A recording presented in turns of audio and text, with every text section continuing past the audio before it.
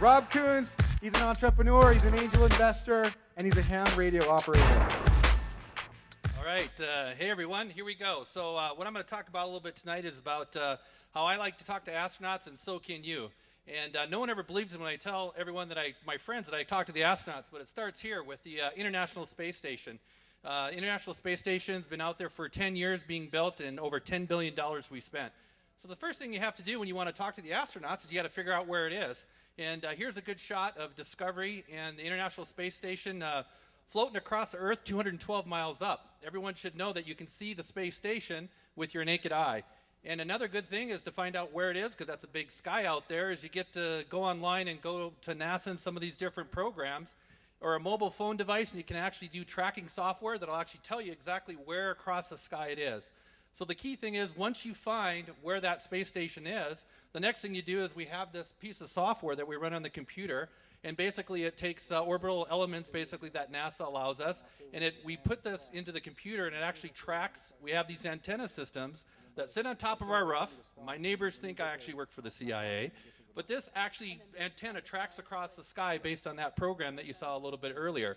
And it's just like NORAD or NASA's regular stuff. So essentially what we do is we zoom in and get the antenna keyed in basically on the astronauts. And then most of us amateur radio operators, we have some pretty complicated and sophisticated radio gear that we set up. And all this radio gear that you see here basically is hooked up to the antenna on top of the roof that we're tracking as the space station comes across. But I do want to say, you can talk to the astronauts for $200.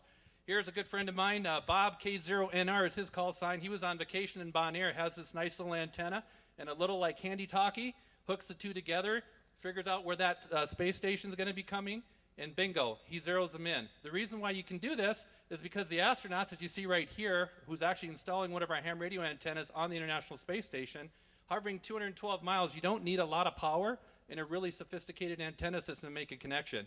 Okay, here is Doug Wheelock. He's the commander for the Expedition 25. Doug and I spent quite a few conversations basically in November going back and forth. So I asked Doug if he could take a video clip, because none of my friends believe me that I can talk to the astronauts, and we're going to play that video clip for you right now. This is November 0 Kilo Golf Mike. November 0 Kilo Golf Mike. We've got you loud and clear aboard the International Space Station. Welcome aboard.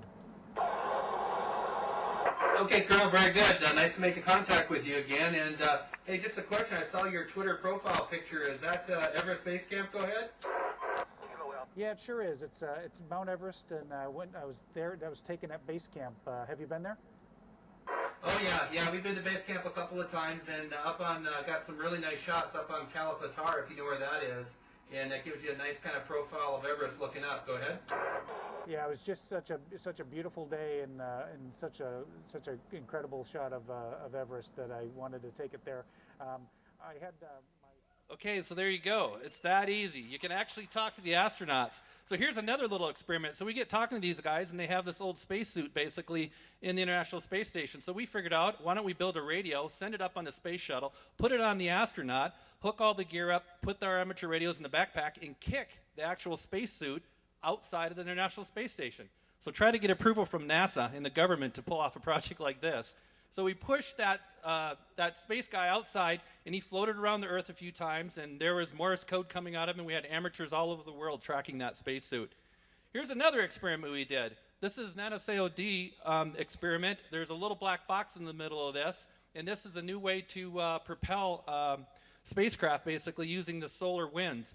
And here's our next project. We're going to actually try to bounce a signal off the moon.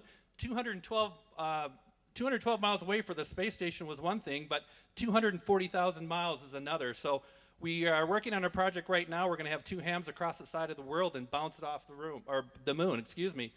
But we also do a lot more than that. We do a lot in public service. You know, we do a lot with the Wasatch Front Relay. We do a lot of emergency communication systems.